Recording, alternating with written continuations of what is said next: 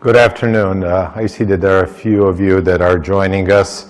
We're not going to be in a huge hurry, but I really appreciate you all coming because I know that there are some excellent presentations taking place at the same time. I hope that you will find it worthwhile spending a next hour or so with us. So my name is Vladimir Maletic. I'm clinical professor of psychiatry with USC School of Medicine, and I've also been on the program committee for US Psych Congress for the last decade. These are my disclosures. CME-related disclosures, all the off-label uses that will be discussed this afternoon, our learning objectives. And now we will start speaking about the advances in our understanding of neurobiology and treatment of bipolar depression. So in a way of intro, saying that different mood disorders have very different influence of genetics versus environment. And when it comes to major depressive disorder, it is about 35% genetics and about 65% environment. With bipolar, it is flipped. With bipolar, it is about 65 to 70% genetics and only about 30 to 35% environment. So genetics play a much greater role in propagating vulnerability towards MDD. The second part is something that should give us a pause. And when I say that it is not only chronic and recurrent, but progressive, I do not mean this in epidemiological, in clinical sense. So that with each episode, there's a greater risk of future episodes. I mean it in neurological sense. That this is a condition that actually causes deterioration in the brain. If allowed to go unchecked, it will cause substantial changes in gray matter volume. As a matter of fact, all division between psychiatric and neurological illness, where psychiatric illness is usually all about the change in brain function. And if there is a substantial change in brain structure, it is something that neurology should address. If we were to use those criteria, bipolar disorder would very much be a neuropsychiatric or even neurological illness. And then finally, the whole division between mind and body, where psychiatric disorders are brain diseases, is slowly fading away. And we're realizing that bipolar disorder, much like major depressive disorder, has a substantial presence in the body. And it is associated with endocrine changes, it is associated with immune changes, and it is associated with autonomic changes. Not only do these changes appear as correlates, but they actually have a role in shaping symptoms of bipolar disorder. So it is something that we will also address in the course of our presentation. So let's start with the beginning, differential diagnosis and screening for bipolar disorder. It is one of the studies that is a little bit dated, maybe 4 or 5 years, and I'll give you a quick update. So when we look at the conditions that do have significant genetic contribution, you see that bipolar is somewhere in the front. But particularly interesting information is about coheritabilities. So we see that the closest relative of bipolar is not MDD, it is schizophrenia. A more recent study that has been published within last several months provides even more striking image. Namely, bipolar and schizophrenia share about 70% of the genes. And that has significant implication when it comes to treatment. It is also something that we will address in a few minutes. So we mentioned that genetics play a role, but also environment. Environment has greatest role if it is traumatic.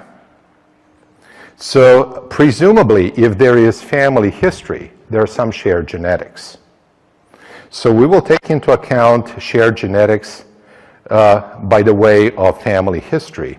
And we will also look at the presence of trauma that is clearly documented and can be verified. So it is physical abuse and sexual abuse reported. And here is the kind of interaction that we may see and why it might matter to ask about it in your practices.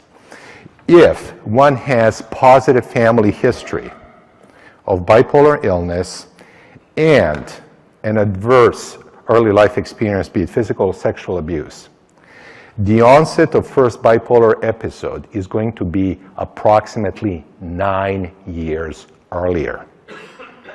So you're looking at 14 versus 23. There's a big, big difference there. Why does it matter?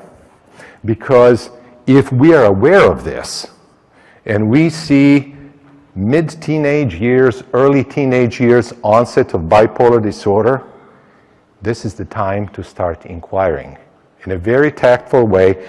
I'm saying in a very tactful way because you have no idea about the person bringing the child and what role they may have had. And you don't want them to alienate them so they'll flee and never come back because the child will ultimately not get care. So it has to be done very tactfully, but it has to be something that is in the focus of our interest.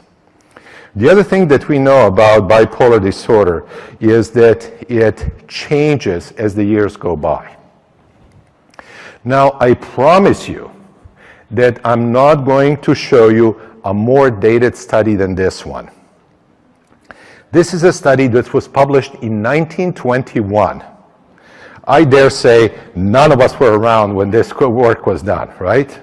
Why am I even presenting it? Because who is going to be able to follow 889 bipolar patients for several decades without treatment? So this is the natural course of bipolar disorder, and what we're finding out by mid-50s, mania, hypomania, even mixed states burn themselves out. And in advanced stages, bipolar disorder is virtually indistinguishable from chronic depression. That's what it looks like if it's not been treated. The reason this may be useful is we do have patients with bipolar disorder usually presenting in depressed state, many times as they experience the effects, both therapeutic and adverse effects of the medication, they are doubting that they need to be taking their medicine all the time. And why don't I just take the medicine when I need it? Well, a good argument is if this condition is not treated properly now, 20 years down the road, you may have depression that's not going to respond to any treatment. And when I say this, I will support this notion with much more up-to-date and advanced neurobiological studies. Where are we? Are we artificially creating this issue of differential diagnosis of bipolar disorder? We are not, because this is directly from DSM-5 trials. So these are trained DSM-5 raters, seeing the same patient vignette. How often? So that patient vignette, in order to make diagnosis of bipolar, has to be a description of mania in there, right? This is bipolar 1. How often do they agree on diagnosis of bipolar 1? 50% of the time. So trained DSM raters have about the same accuracy as flip of the coin, right? So it is not as easy as it may appear. And here is a case that may help us address some of these relevant points. So this is a 32-year-old female referred by primary care provider for treatment of depression. Third bullet point ought to be a red flag. Has self-reported history of several past failed treatment attempts of antidepressants. And here's why I'm saying it should be a bullet point. We do need to ask which medicine. It's important to understand the sequence. What was the dose used? How long did treatment go for? Was the treatment discontinued because the patient was not adherent, the medicine was not effective, or there were adverse reactions? If you find documentation of 2 legit treatments, so effective dose for at least 6 weeks, that patient, by virtue of failing 2 legitimate antidepressant trials, has about 50% chance that they're bipolar. So if you don't know anything about them, it is something that should be a check mark. On at least 2 occasions, antidepressants made her feel worse, including an induction of mood lability. Worst is very nonspecific. Worst can be my stomach hurts, or I'm more anxious. It could be many things. But mood lability is something that we really need to listen to. She is currently employed as a teller at a community bank and has a 5-year-old daughter.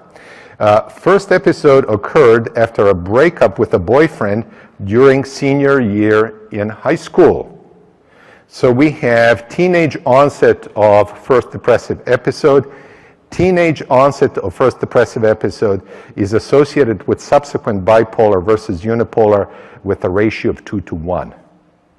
So you just hear that piece of history, 2/3 odds, likelihood that this is going to be eventually bipolar versus unipolar. And one of her depressive episodes occurred at childbirth. Now, of course, MDD is so much more frequent. Having postpartum depression is unheard of. But it is not very well known that if we look at all postpartum depressions, 55% of those are associated with bipolar, 45% are associated with unipolar. So postpartum depression, the odds will favor bipolar. Again, this is by no means a proof. It is a matter of degree of suspicion. So currently she's complaining of feeling sad and tired most days. She has anhedonia, loss of interest in work and hobbies. If it is bipolar depression, odds are that it is going to be atypical depression. She has periods of insomnia alternating with hypersomnolence, which is the more common scenario in atypical depression. If she doesn't sleep well, she can still somehow make it through the day. Very often in context of depressive episodes, you will see some symptoms of hypomania. Literally pure depression and pure mania are rarity nowadays in context of bipolar disorder. Most likely you'll be seeing movement between various mixes of mood, some clinical, some subclinical, punctuated by periods of asymptomatic functioning. Even if she doesn't sleep well, make it through the day. This is decreased need for sleep, by the way, in translation. Reports moving slowly, difficulties at work, and caring for her daughter. Has been thinking about death, has no specific plan for suicide. We especially need to listen out for mix of symptoms. It is particularly lethal. It is much more lethal than pure depression, which, as we said, is not that frequent. History of migraines. Again, something to just file in the back of your mind. Bipolar women will have presence of migraines, depending on the study, anywhere between 45 to 65%. So again, none of these make the diagnosis, but we are now accumulating information that translates into probabilities. So this is something that can be readily used. Mood Disorder Questionnaire is a free download. Everybody has access. It saves us time. Frankly, even if it is not a positive finding, if we have a lot of boxes checked off, it is at least a departure point for a conversation. I see you had extraordinary energy during this period. What was going on in your life? So let us see how Anita responded. She responded to most of these, except that more self-confident. She didn't see that as part of her challenges, and was not interested in sex more than usual, was not spending too much money, and was not doing things that are foolish or risky. Now, when Robert Hirschfeld, who was part of the team that created MDQ, followed up, now mind you, MDQ validation was anonymous. It was alphanumeric code, couple of letters and few numbers. That's all that patients filled in.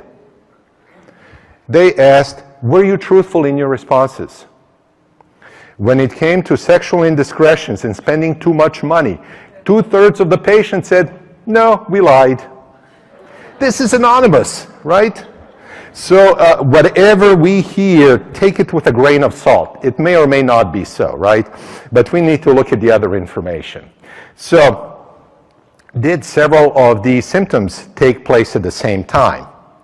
We do want to see concurrence, because if they happen in isolation, they may not have as much meaning. And then how much interference with functioning was there? No problem, minor problem, we're really interested in moderate or serious.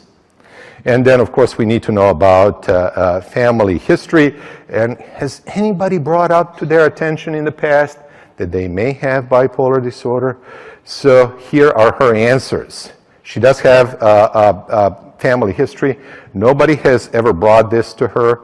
Frankly, even nowadays, I've had patients who, in my mind, are clearly bipolar, seen academic services, and diagnosis was missed. So part of it is that we're under pressure to see as many patients as we can. And bipolar patients are well disguised. They're chameleons. They will present in different ways from month to month. So unless we're able to obtain good longitudinal history, and good longitudinal history requires time, it's very easy to slip up. So in summary, although she only needs to have 7, she had 9 positive responses. There was concurrence. There was at least moderate impairment in functioning, and this does constitute positive screen with positive family history of bipolar disorder. So now we're thinking about her depression, maybe in a little bit different way, wouldn't you say?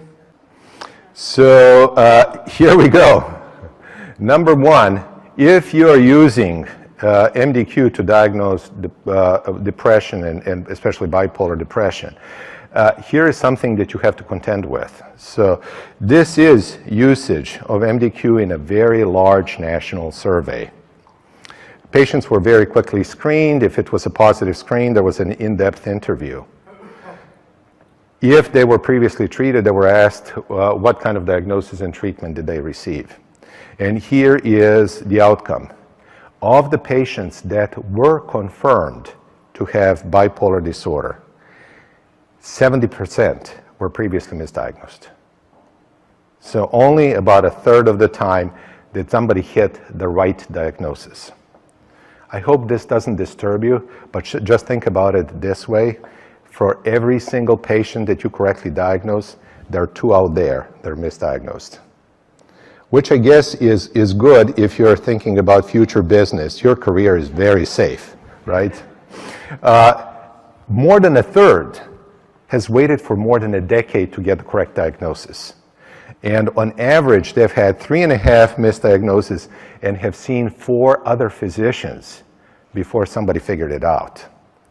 So this is the answer to the question, which episode is more prevalent in women, hypomania, mania, or depression? The answer is, in women, initial bipolar episode is depression 80% of the time. Now, this is, from diagnostic perspective, awful, because you have no way of making the correct diagnosis. You're playing with probabilities. All you have is a depression. And on average, first hypomania or mania is going to happen in about 2.5 to 3 years later. So we are at a huge disadvantage. Guys, like in many other areas in life, are much simpler. It's about 50-50, right? Half of the time they'll be hypomanic manic, half of the time they will be depressed. But again, in women, you see this scenario where it leads with depression and you really have no basis to make the correct diagnosis. There are some things that can help us. Early in my career, I did not think to inquire about period during the menstrual cycle when I'm seeing the patient. This is very important information, because if you see a woman mid-cycle versus late luteal phase, you may get a very different report. So in women of childbearing age, it's a very good idea to establish where in their menstrual cycle they are at the time you're seeing them. Why am I saying this? Because almost 4 out of 5 women who have bipolar disorder, have something that is called PME. So PME is not premenstrual syndrome. It is not PMDD, premenstrual dysphoric disorder. This is premenstrual exacerbation. So about 7 to 10 days before the beginning of their next period, you will see exacerbation of the symptoms that are associated with bipolar disorder. You will see changes in energy, circadian regulation, maybe anxiety, mood lability, emotional reactivity. These will pop up with some predictability, only to disappear within a day or two of period starting.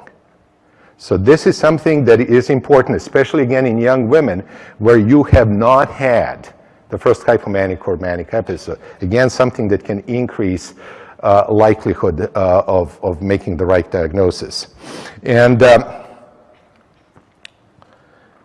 when it comes to correct identification and suspicion in individuals who have, let's say, initial diagnosis of depression, this is what can help us. In bipolar type 1, so this is direct response to one of the questions. This is followed over 13 years. About 9.3% is spent in mania. So you can round that off, approximately 10% in mania. How much time in depression? About 3 times as much, 31%, right? So there you have the answer. More than half of the time, bipolar 1 patients are asymptomatic. In bipolar type 2, for every day in hypomania, there are 37 days in depression. So bipolar type 2 is essentially a depressive diathesis. And that's where it is very likely that one may make a mistake, as is illustrated in this Canadian study. So these patients had only one characteristic in common: 2 documented, legitimate, failed antidepressant trials. They are now being reevaluated using structural clinical interview, and then they're being resorted. So 2/3 are still retaining their MDD diagnosis, where about 1/3 are now re-diagnosed as having bipolar. Something else happens. Investigators want to talk to spouses, close friends, close family members. They complete temperament scales, such as TEMPs, and they're followed up for a year. At the end of that first year, 60% of individuals who have failed 2 legitimate antidepressant trials are re-diagnosed as having one of the bipolar spectrum illnesses. Now, mind you, something that this slide does not declare: majority of what was missed was bipolar type 2. Bipolar 1 was really not missed that much, but bipolar 2 definitely was. So what are some of the differentiating features? Well, if it's first episode in teenage years, it's a check mark. Rapid on and off. When you ask how did depressive episode come in, if it's very gradual, insidious, more likely to be a major depressive disorder. If they can pinpoint a week when they became depressed, more likely bipolar. And it also turns off more quickly. In general, greater episode frequency with bipolar than unipolar depression, and we're much more likely to encounter antidepressant misadventures. More mood lability, sleep disturbance, increase in anxiety, or even full syndromal switch into hypomania and mania. Bipolar depression is much more associated with risk of hospitalization and suicide attempts, comorbid disorders such as anxiety disorders and eating disorders. I don't want to think about my early years in practice because it reminds me how many of my teenage bipolar patients I initially diagnosed as anxiety disorder, ADHD. To a degree, yes, it was lack of experience. To a degree, I did not have material to make the right diagnosis. Those symptoms were still not there. Greater likelihood of seasonal pattern of depressive episodes. While they may occur in the fall and in the spring, like in unipolar depression, interestingly enough, bipolar disorder has a peak in the middle of the summer. July and August are peak months for depression in the context of bipolar illness. Just something to keep in mind. Presence of psychotic features, more likely with bipolar than unipolar. Family history of bipolar disorder, obviously. More likelihood of mixed symptomatology and higher rates of substance abuse. So this is just a review of something simple that can be a shortcut, provide information which we can then explore with our patients, MDQ. So what goes in the brain? Is there anything in the brain and body that will differentiate between the two, unipolar and bipolar depression? Well, it would be lovely to have this kind of evidence.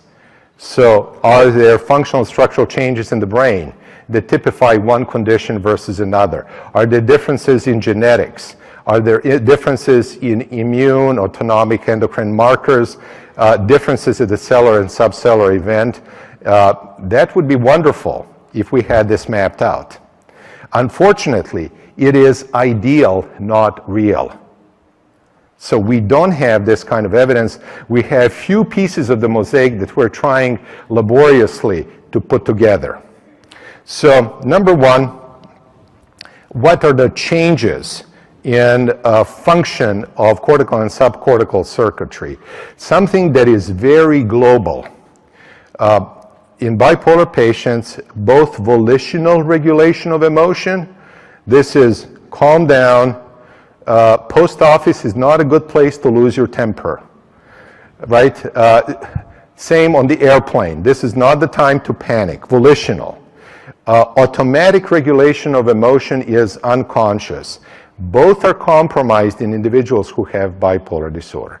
In general, what you will see is that cortical areas that are in charge of regulating emotion have lower activity and that limbic areas have higher activity. This can be a discerning feature. So now we're looking at the activity in amygdala of individuals who have bipolar versus unipolar depression. And this is, of course, in response to emotional stimuli. And here's what we're finding out. Amygdala are charged with response to ambiguous and novel stimuli, predominantly threat and danger, but also positive stimuli. And what we're finding out is that individuals who have major depression, you show them a happy face, it is as if you show them nothing. Their amygdala are asleep, completely ignoring that stimulus.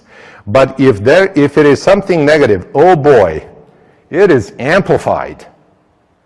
So that kind of automatic regulation of emotion is dramatically impaired in individuals who have MDD. What happens in individuals who have bipolar disorder? They actually have, despite being depressed, will still have more response to a happy stimulus. Now, clinically, it may correlate with something along these lines. Even if they're depressed, bipolar patients are more likely to laugh to a joke or make jokes or see some kind of light at the end of the tunnel. Right? There may be, you may just have a flat response from somebody who's depressed. Not quite the case. Very often you will also hear from bipolar patients, are you able to enjoy life? Where I don't look forward to doing things, but once I start engaging in this activity, I end up enjoying it. Right? You're more likely to hear that report in context of bipolar versus unipolar depression. How about dorsolateral prefrontal cortex? One of these prefrontal areas that has top-down regulation of emotion and that is also involved in cognition. So this is a very simple working memory sustained attention task that is called 1-Beck and 2-Beck test. Right? One is following the sequence of letters, and our participants are invited, if they see a certain letter, be it R, two positions apart, in N-2 test, to click a correct response button. So they have to track and remember what appeared 2 positions ago in order to make a match. Now here is what is happening in terms of activation of dorsolateral prefrontal cortex, and this is the part of the brain that does have to do with attention and working memory.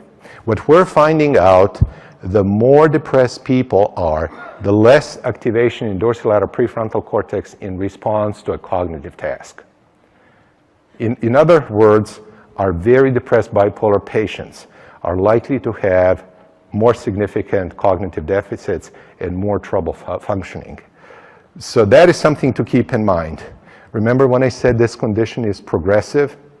This area that is not functioning well with years has reduced volume.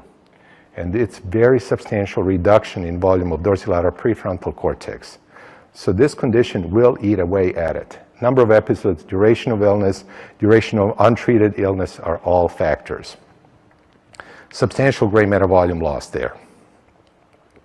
So let's see what happens at the cellular level. Whenever a patient with bipolar illness has this intense emotional reactivity, intense depression, anger, what is happening? Our brain is preparing our body. If it is something that resembles fight or flight response, that is our emotional and cognitive experience. What will happen is the pituitary gland will be pumping out cortisol, and there will be a shift, increase in sympathetic and decrease in parasympathetic activity. In other words, our body is preparing for fight or flight.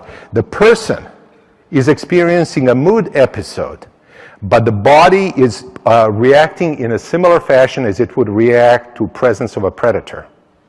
Cortisol is to pull glucose into bloodstream and give us energy. Changes in autonomic function is, this is not a time for sexual function or digestion or elimination. You need your blood in your brain, heart, and muscles. Redistribution. That is why we're seeing this parasympathetic to sympathetic shift. And finally, if we're about to get into a scrape with a predator, we better ramp up our immune system, because if we get injured, again, this is pre-CVS era, we're likely to die due to infection.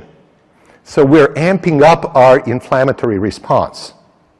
Now, I've hinted to you that these inflammatory mediators and these bodily disturbances have a role in shaping symptoms of bipolar illness. A Canadian group did a wonderful piece of research. So they looked at all kinds of inflammatory indicators. CRP was one of them, interleukin-1 was one of them, interleukin-6 was one of them, tumor necrosis factor alpha was one of them. Here's what they found. Burst of inflammatory mediators precedes shift in mood. There's a bodily event subsequent to that shift in depression or hypomania or mania. Starts with body. Something that is quite interesting. So do we indeed see differences in inflammatory cytokines in bipolar patients versus healthy controls? Well, clearly so. And then we see interleukin-8 is particularly increased in context of depression, also in mania more so than in healthy controls.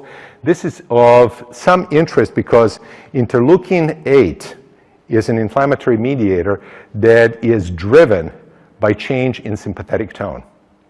So whenever there is increased sympathetic tone, that is the cytokine that will shoot up. That is one of the more consistent findings, by the way, in fibromyalgia. And we also see that there is tumor necrosis factor alpha change, much more so in mania than in depression, but different than what we're seeing in controls. Now, this may have some interest because these inflammatory signals are obviously processed in the brain. So let's look at just the top line, what that might mean. Well, inflammatory signals reach microglia and activate microglia. Microglia all of a sudden transform.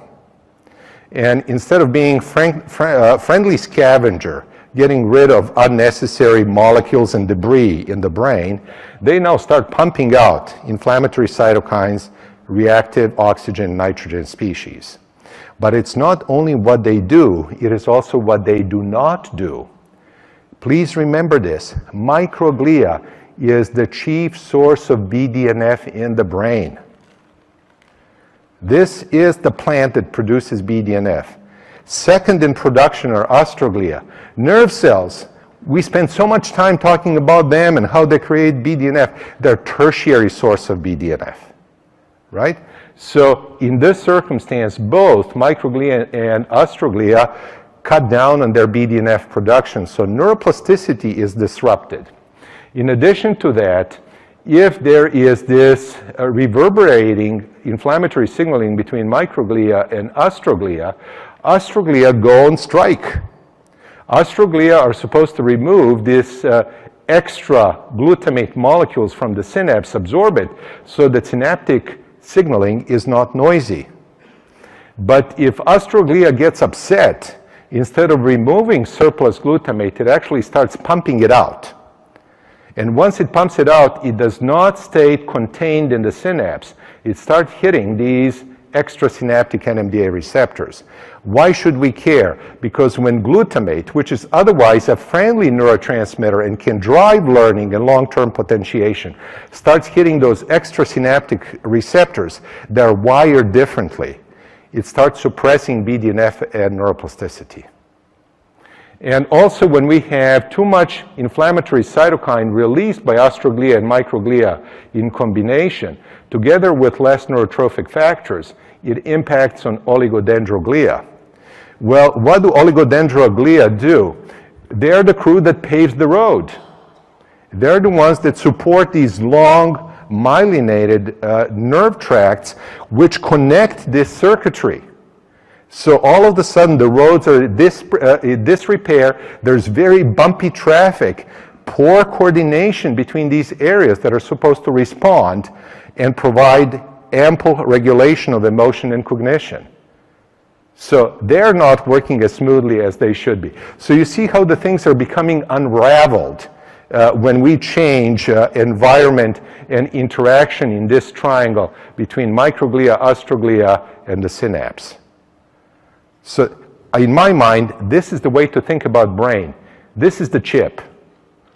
We've spent decades just worrying about synapse. We're forgetting 2/3 of the brain.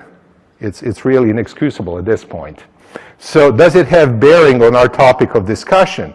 Well, if we look at tumor necrosis factor alpha, which is kind of granddaddy of all inflammatory cytokines, you will find out that in early stages, so first 10 years of bipolar disorder, there's not going to be that much of a difference. But on the other hand, look at the late stage. These are healthy controls. These are folks with bipolar disorder. All of a sudden, elevation in inflammatory cytokines becomes sustained. What is happening at the same time? This is now duration of illness. This is BDNF. The longer illness lasts, the more compromised BDNF signaling becomes. So in other words, we don't need much more proof than this. We really deserve to have phase-specific treatment of bipolar disorder, because pathophysiology of this condition is a moving target. Pathophysiology that we encounter in early stage of illness and 15 years later, not the same. Some medicines may work, but we do need more specific treatments. And if there is that increased inflammatory cytokine signaling in the brain, what is the repercussion? So this is happening in cerebrospinal fluid. Individuals in this study tried suicide. Some of them were depressed, some of them were bipolar. And here is the outcome. The more inflammatory cytokine they had, the more metabolites of serotonin, 5-hydroxyindolacetic acid, and dopamine, homovanillic acid.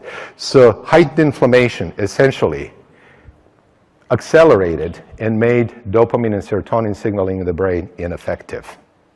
So monoamines cannot do their job. And that explains, you have heard so many times, higher inflammation, medicines don't work very well. Well, the reason they don't work very well is most of the medicines we're using are manipulating monoamines, and monoamine signaling is scrambled when you have higher inflammation in the brain. So that gives us some sense of things that need to be done. There is also acetylcholine and dopamine and norepinephrine balance. Acetylcholine keeps dopamine and norepinephrine in check. If there's increased stress, There's decline in acetylcholinesterase.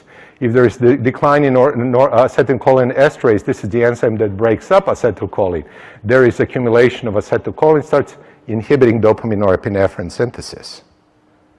So it swings this way. On the other hand, what can happen with change in light cycle?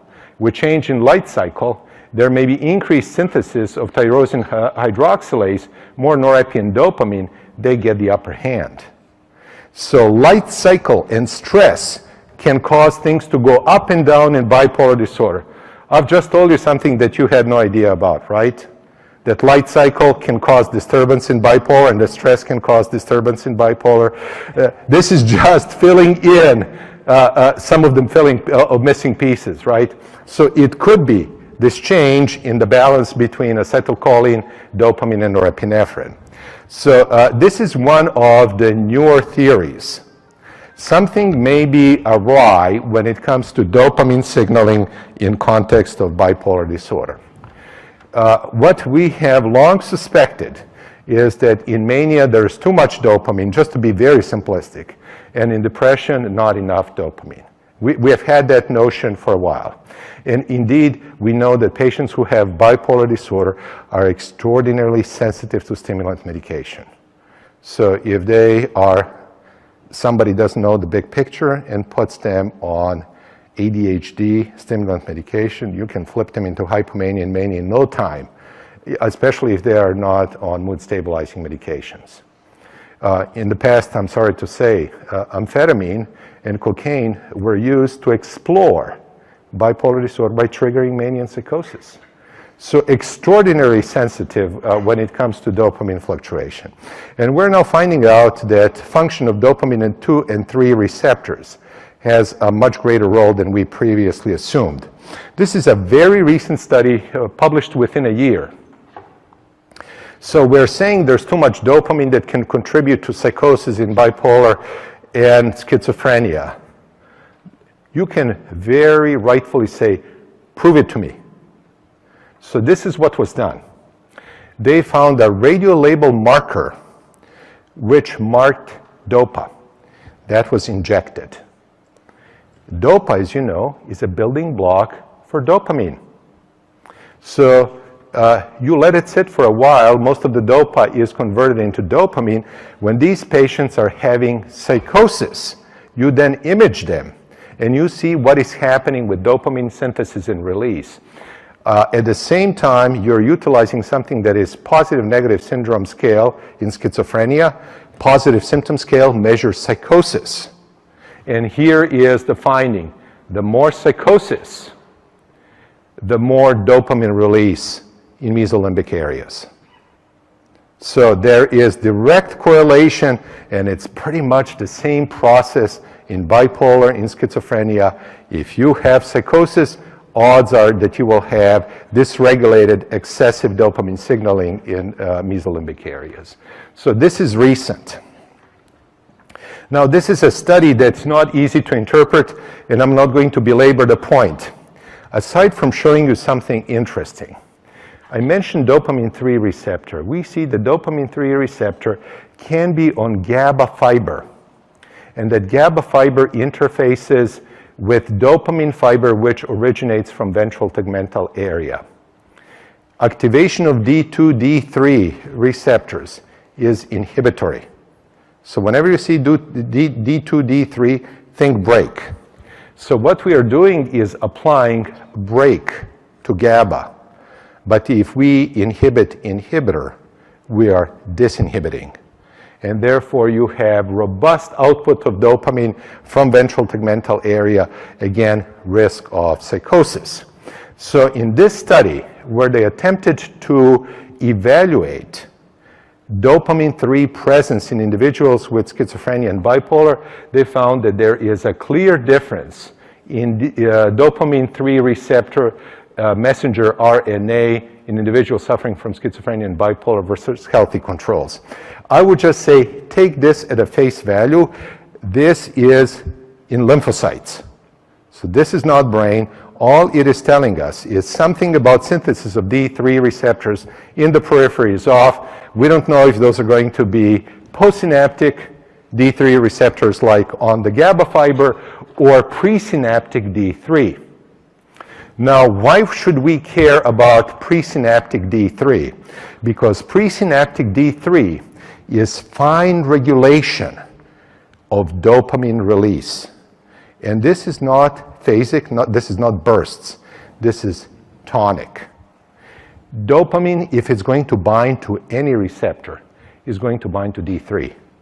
So D3 is by far the highest affinity dopamine receptor.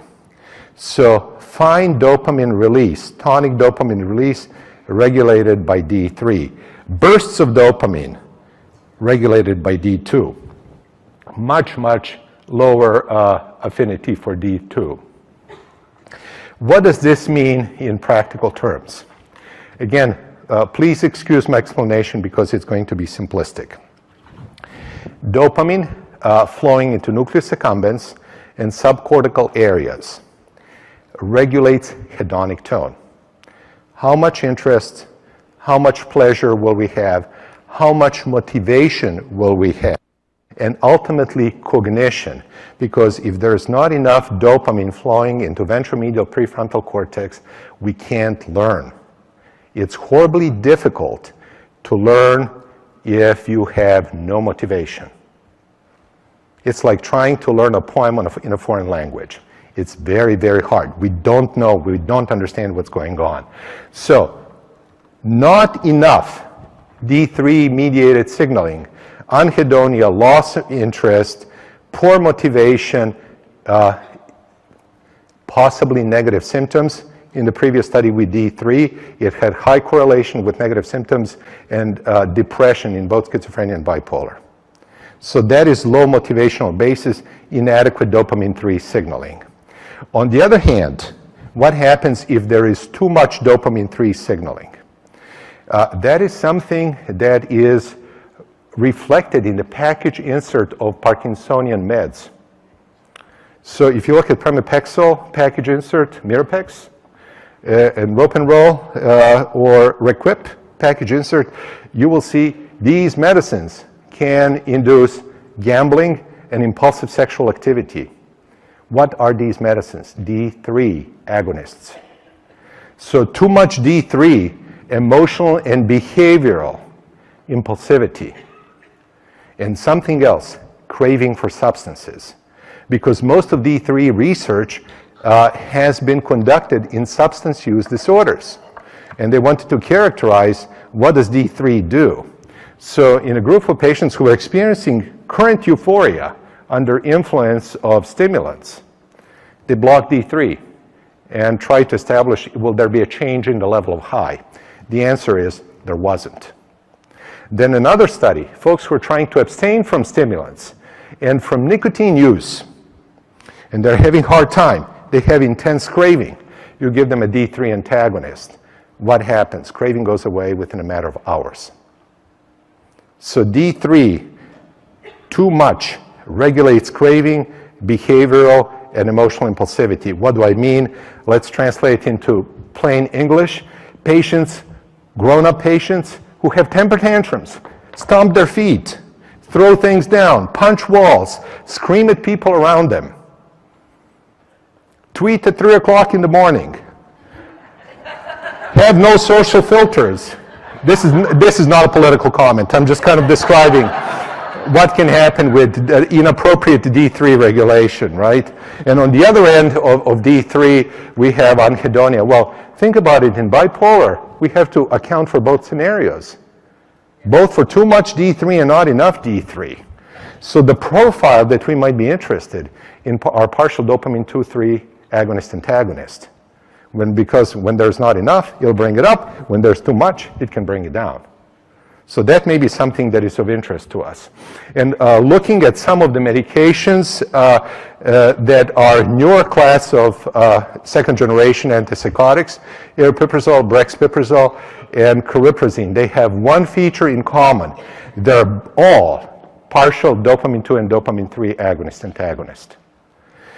In terms of their affinity, what we are looking at is lower number, because lower number will reflect how many nanomoles of a given substance does it take to occupy half of the receptor sites.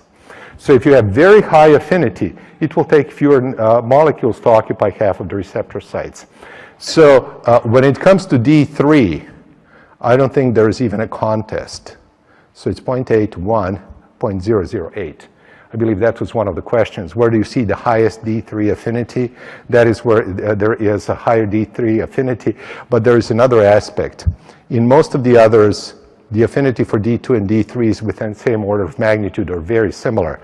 This is the only time where you see almost a full order of magnitude difference between D2 and D3 affinities.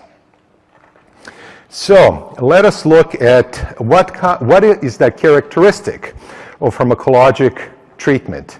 I must say that the way FDA evaluates medication for bipolar has not been very helpful to us, because they are treating bipolar disorder as a condition of discrete episodes. Well, all of us have treated bipolar disorder. We know it's a moving target. We can't only look at the medicine that helps with depression and doesn't do anything with mania or doesn't do anything with mixed states. That's just not how life is. But that's how the studies have been conducted. So what we want is the medicine that will result in fewest, briefest, or mildest episodes, and no side effects. Also does not induce switch. Again, ideal, maybe not quite real, right? But that is what we're striving towards. And it needs to treat acute mania and depression and mixed episode to remission, prevent the recurrence of illness, restore function, and be well tolerated. That is the ideal. We still don't have it, but that is what we're looking for. So, what is pharmacotherapy of bipolar depression? Well, mood stabilizers, lithium and valproate are considered such. You notice that carbamazepine is not here. It's efficacious for mania, but not for depression. Lamotrigine, not for acute treatment, but for prophylaxis of future depressive episode. Certain antipsychotics are there. They may be effective, but we also get side effects in the package. Antidepressants, we will talk about in a few minutes. And then there are novel agents. We don't know what their efficiency is going to be like. We need more experience. So let's try to address this one head on. What about antidepressants in bipolar disorder? Are they bad? Are they neutral? Or maybe they're not, maybe they're helpful. So here is something that has been established in insurance company data banks. What is the medicine most prescribed at the time when diagnosis of bipolar disorder is made? So at the time when diagnosis of bipolar disorder is made, the most commonly prescribed treatment is going to be an antidepressant. Now please remind me, which antidepressant is indicated for treatment of bipolar, right? That is what comes under our pens on prescription pads. Mood stabilizers are distant second. Sedative hypnotics, people will rather use benzos than antipsychotics indicated for treatment of bipolar disorder. So this is something that we have to be aware of. That is the backdrop of the reality we're dealing with. And here we're looking at the findings from Gary Sachs' publication stemming from STEP BD. This is systematic treatment of bipolar disorder. They wanted to see, and if you followed debate last night between Dr. Nasir Gami and Joe Goldberg, this was brought up. So what do antidepressants do in terms of sustained remission or recovery? What was recovery? 2 months where patients had no more than 2 manic or depressive symptoms. And what we're finding that whether you add antidepressant or not, it's not going to make any difference. But it's also not going to make any difference in terms of syndromal switch into hypomania and mania. So the conclusion from this and many other meta-analysis is that antidepressants don't help, but don't necessarily harm. So that is one viewpoint. Here is the second viewpoint. Well, how about subthreshold problems? And what we're finding is that some antidepressants, and this particularly pertains to dual-acting agents, are more likely to cause threshold problems.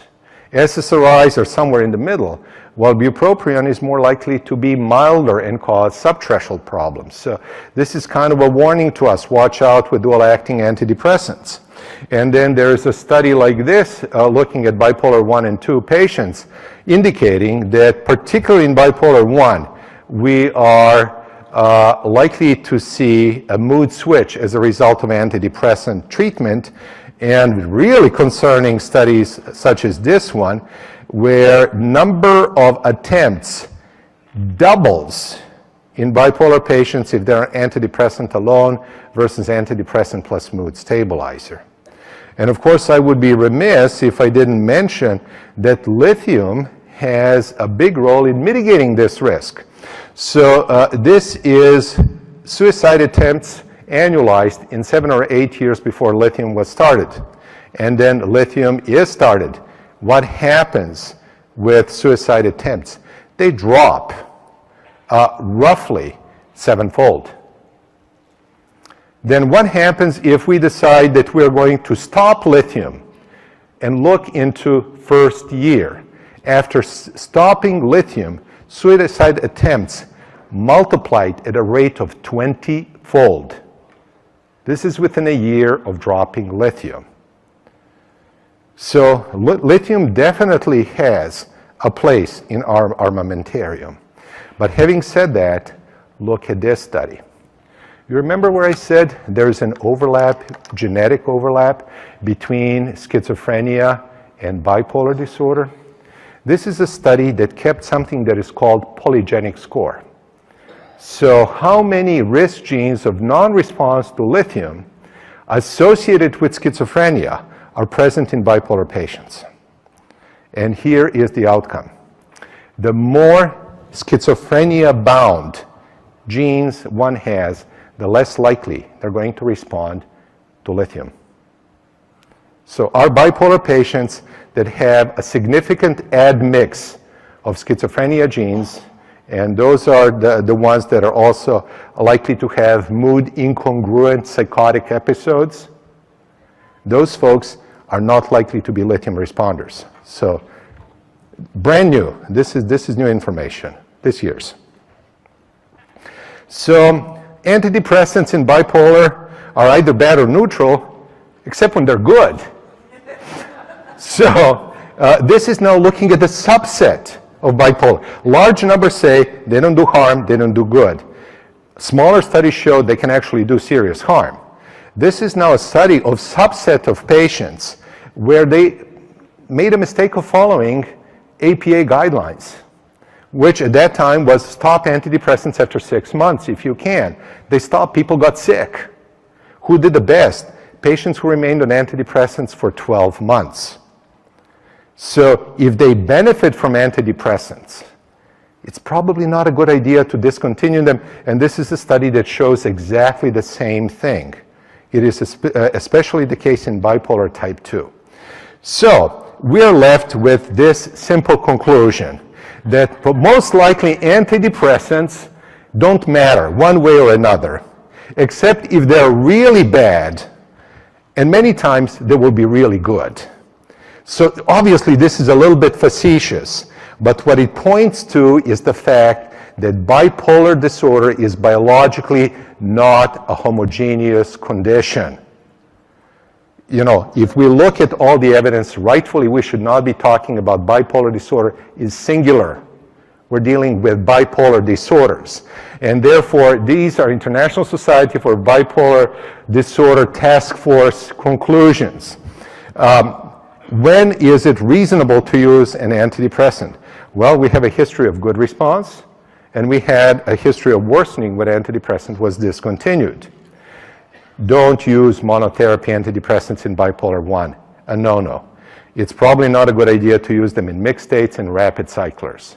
So long as we stick to those rough guidelines, we're less likely to cause issues. So let's look at, this is world literature on bipolar disorder.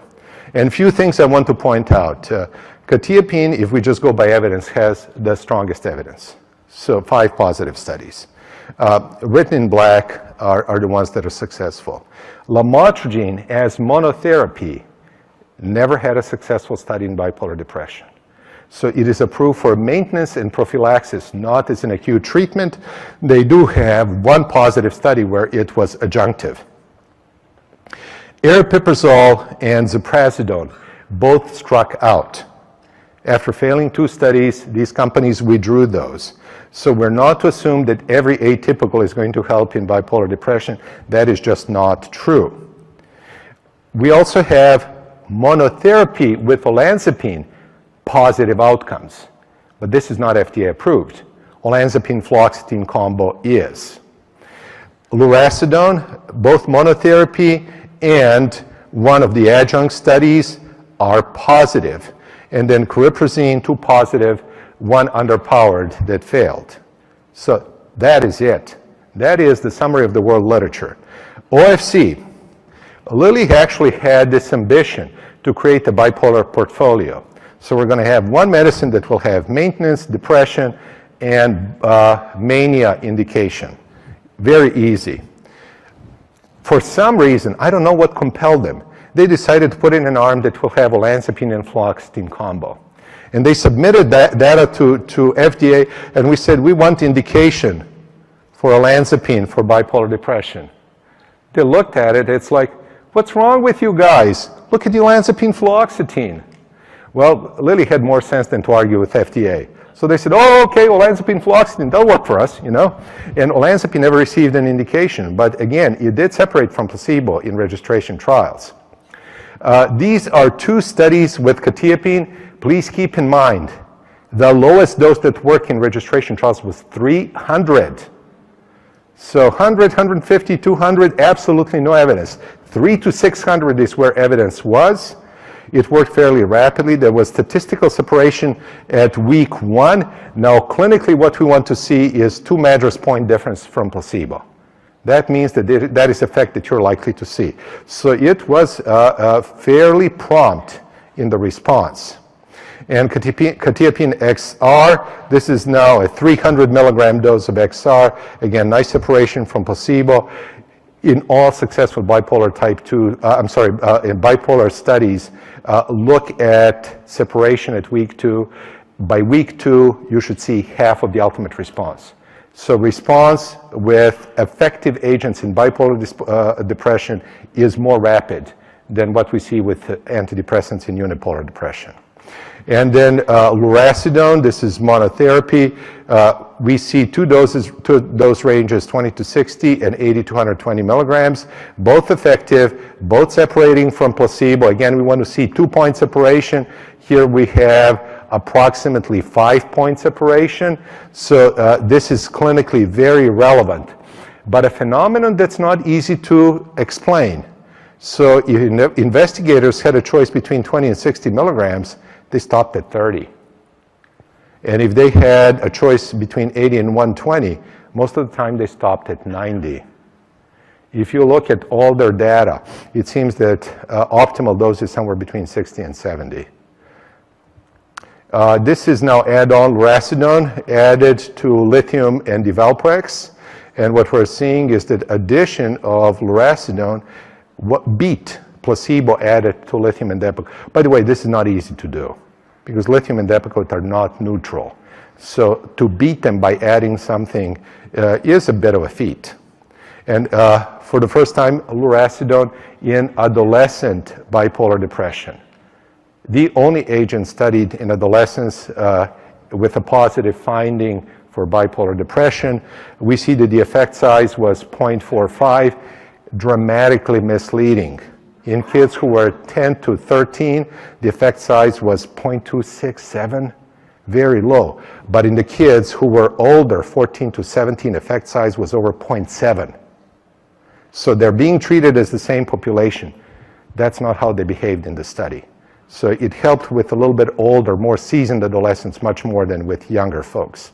And then a new one, filing is in the hands of FDA, cariprazine for bipolar 1 depression. Again, we see more than half of the effect within first 2 weeks. Again, separation from placebo is more than 2 points.